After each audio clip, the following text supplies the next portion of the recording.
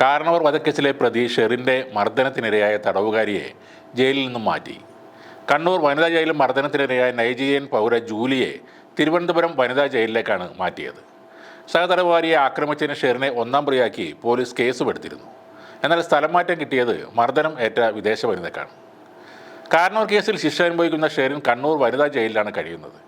കഴിഞ്ഞ തിങ്കളാഴ്ചയാണ് ഈ കേസിന് ആസ്പദമായ സംഭവം നടന്നത്. നൈജീരിയൻ പൗരയായ ജൂലി കുടിവെള്ളം എടുക്കാൻ പോയ സമയത്ത് ഷെറിനും അവിടുത്തെ മറ്റൊരു തടവുകാരിയായ ഷബ്നയും ചേർന്ന് അവരെ മർദ്ദിക്കുകയും ചീത്ത വിളിക്കുകയും ചെയ്തുവെന്നാണ് കേസ്.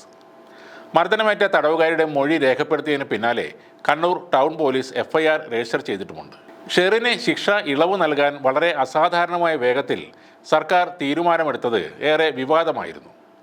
ജയിലിലെ നല്ല നടപ്പും മാനസാന്തരവും നിയമപരമായ അർഹതയും പരിഗണിച്ചാണ് ജയിൽ മോചനത്തിന് ശുപാർശ നൽകിയതെന്ന് ജയിൽ ഉപദേശക സമിതി അംഗം തന്നെ ന്യായീകരിക്കുകയും ചെയ്തിരുന്നു.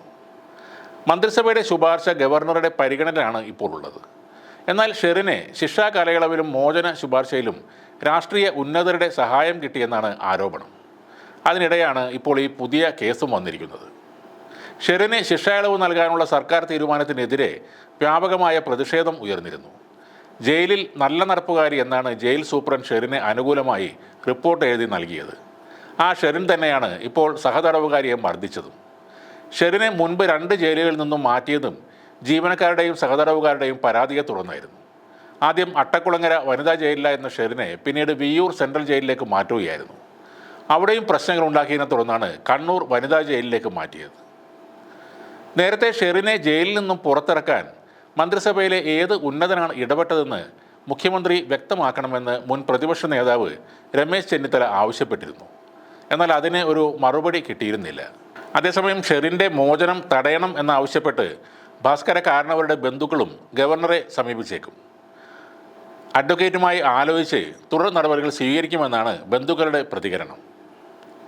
ഷെറിന് ജയിലിൽ പ്രത്യേക പരിഗണന നൽകുന്നു എന്നതിൽ ഇതിൽ കൂടുതൽ തെളിവുകൾ എന്താണ് വേണ്ടത്? മർദ്ദനം ഏറ്റ വിദേശ വനിതയെ അവിടെ നിന്നും മാറ്റുന്നു.